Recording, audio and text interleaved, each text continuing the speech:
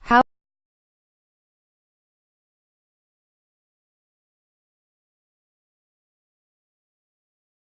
was Tom Savage allowed to return to the field so soon after suffering a concussion Sunday against the 49ers?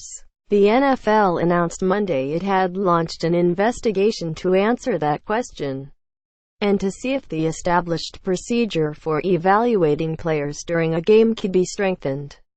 Which raises an additional question. What exactly is that process again?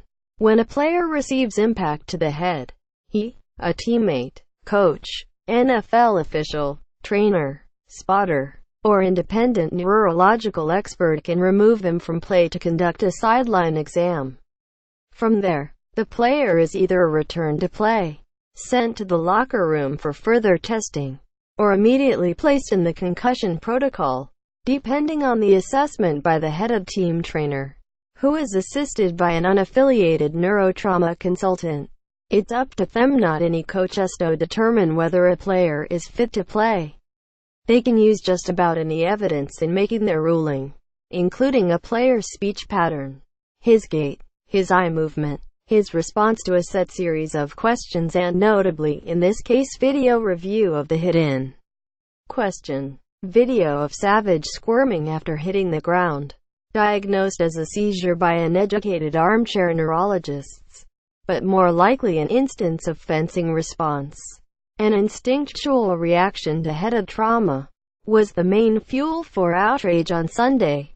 Why didn't it prevent medical personnel from allowing Savage to re-enter the game and play 3 more downs? 2 trained spotters in the booth have access to the TV feed, as does the sideline medical staff, though replays can't be viewed by coaches for competitive strategy purposes. However, Texans coach Bill O'Brien intimated that head Houston trainer Jeff Kaplan had not seen the hit and Savage's reaction before making his diagnosis. O'Brien said Monday, with benefit of seeing the video, "I would have never let that player back in the game, and I don't believe that Jeff Kaplan would have allowed that player back in the game. So maybe that's where the process broke down in this case." Hopefully the league investigation provides answers. The way to avoid that type of mistake could be to flip the testing paradigm around. Rather than having players re-enter the game unless they show obvious signs of concussion, doctors could keep them out until they are sure the player is healthy, maybe for a minimum of a quarter, allowing time for further evaluation of the player as well as the play that forced the testing.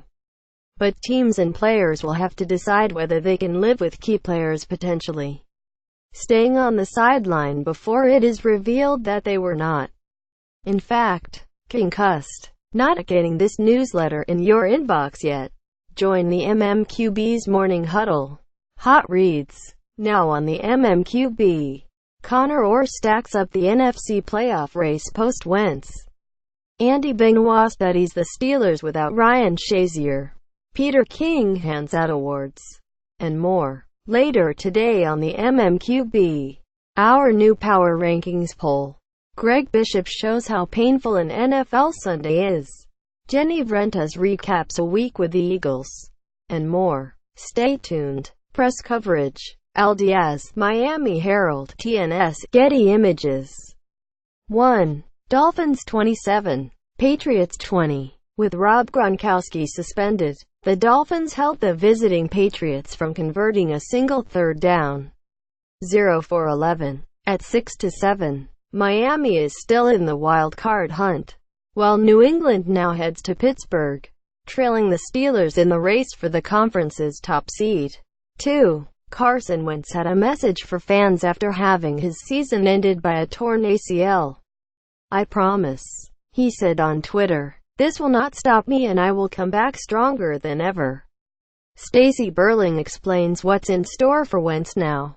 3. During his first media availability since suffering a severe leg injury against the Saints, Bears tight end Zach Miller said he's undergone 8 surgeries on that leg now. He bent it for the first time last Friday.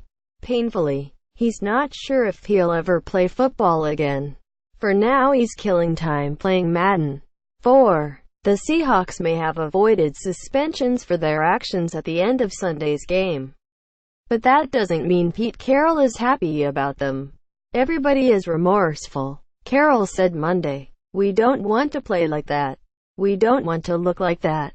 Ever. Streeter Lecca, Getty Images. 5. With Wentz out of the picture, the Vikings suddenly have a clearer path to the Super Bowl. But will offensive line instability, which doomed them after a 5-0 start a year ago, cost them again? 6. The Lions are in a weird spot, at 7-6 with the Bears and Bengals next on the schedule. They're still alive in the playoff hunt. At the same time, Jim Caldwell seems to be coaching for his job. Despite that, he deflected credit for Detroit's resiliency of late. 7. In Esquire, Richard Sherman gave a wide-ranging interview on the topic of head injuries. He said, "The league hasn't done much outside of appeasing public opinion. And that was just the second question." 8. Ben McAdoo may be gone, but the chaos continues in East Rutherford.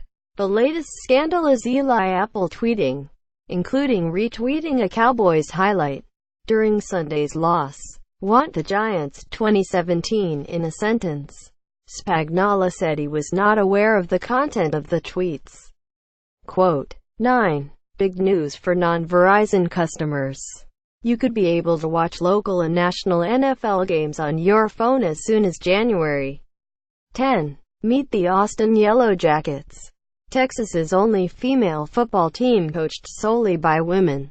Have a story you think we should include in tomorrow's press coverage? Let us know here. The kicker. A week after Eli Manning was benched, another historic streak came to an end.